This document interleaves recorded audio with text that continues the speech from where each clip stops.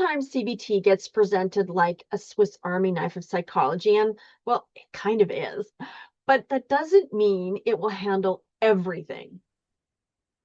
Have you ever tried CBT or cognitive behavior therapy and found yourself thinking, I don't know, this just isn't working for me?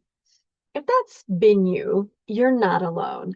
Those of you that have seen my vlog or any of Dr. David Burns' books or website, you might have heard something about CBT. If you'd heard anything about Team CBT, you'd know full well we don't believe any one tool can solve all of the world's problems, not even in psychology.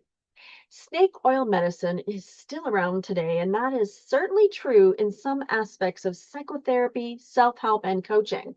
The one pill cure we've all been striving for doesn't exist, even with CBT as well researched and effective it is.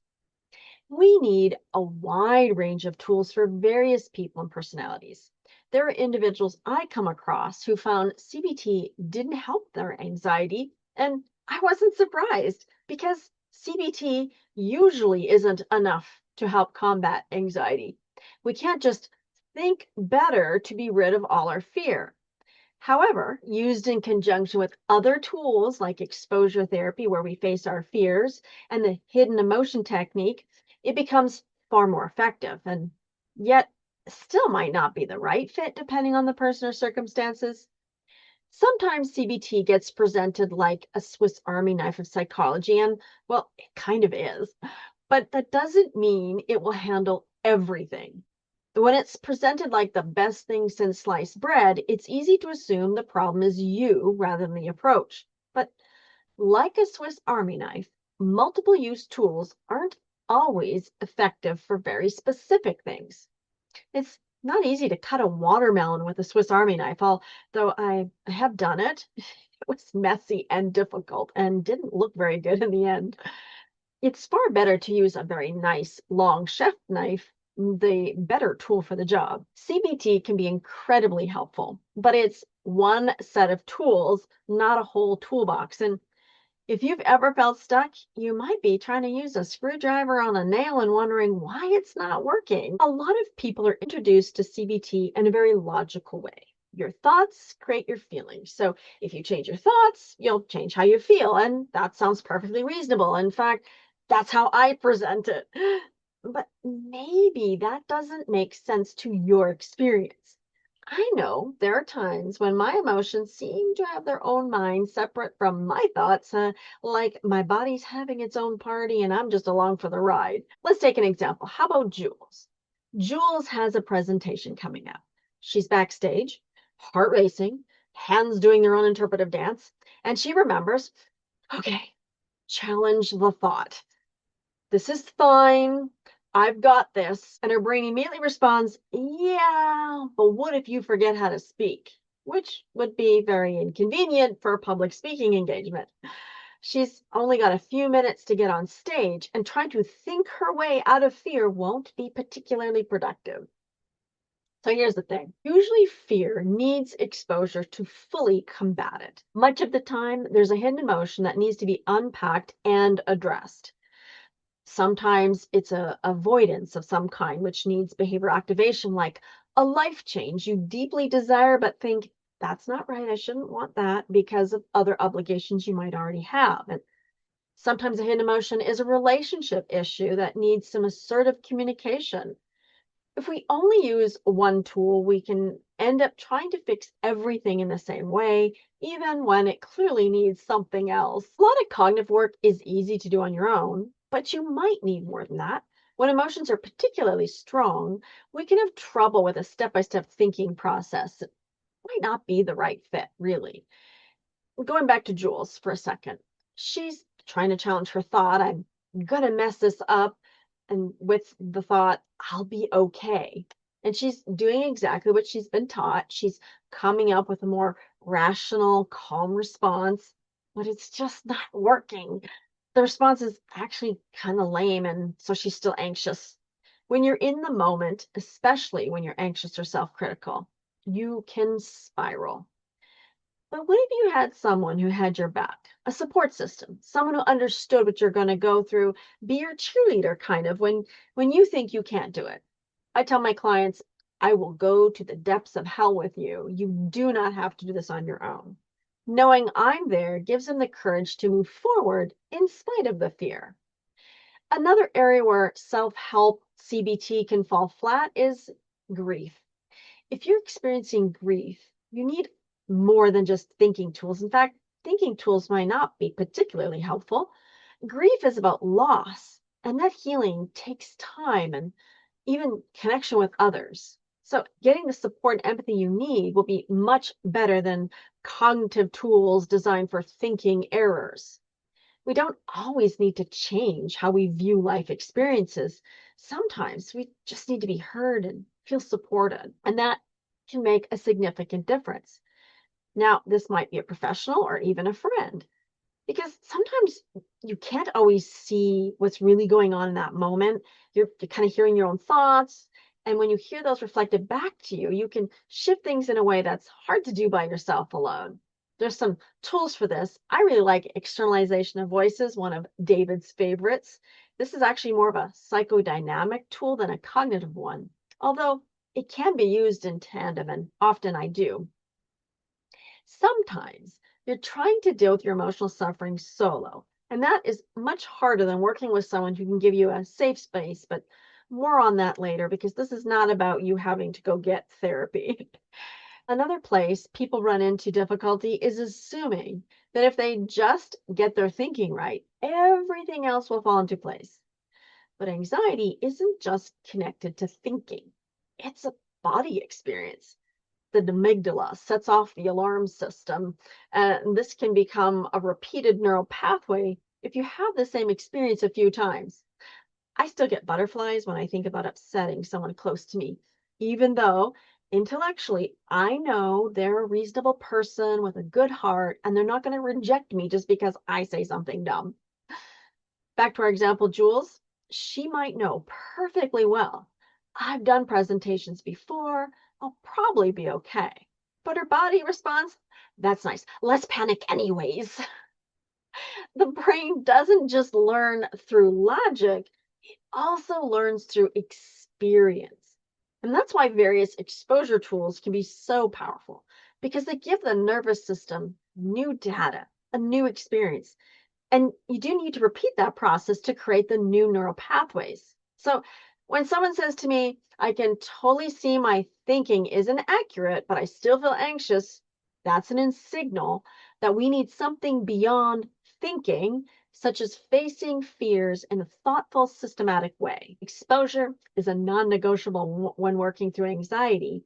And while some CBT therapists do exposure exercise, it's technically not fixing thinking, right? It's not really CBT, although I guess it could fit into the behavioral activation component of the B. Then there's that very familiar experience that some people run into when they try CBT on their own, and that's what I call the yes but loop.